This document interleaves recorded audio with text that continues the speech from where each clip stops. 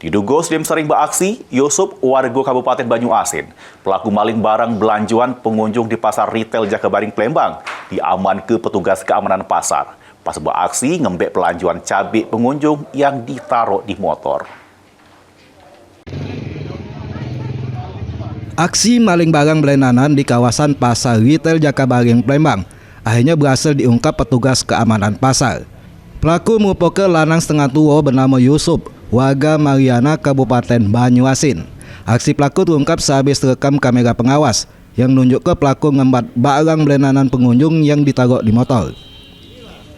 Menurut keterangan Jody selaku petugas keamanan pasar, mengungkap ke kalau di pasar retail ini nemen banyak laporan pengunjung yang kehilangan barang belenanannya di pucuk motor. Maka dari itu pelaku ini lama diintai, sehingga akhirnya pas pelaku beraksi lagi, maling belenanan cabai pengunjung langsung gancang diaman ke petugas.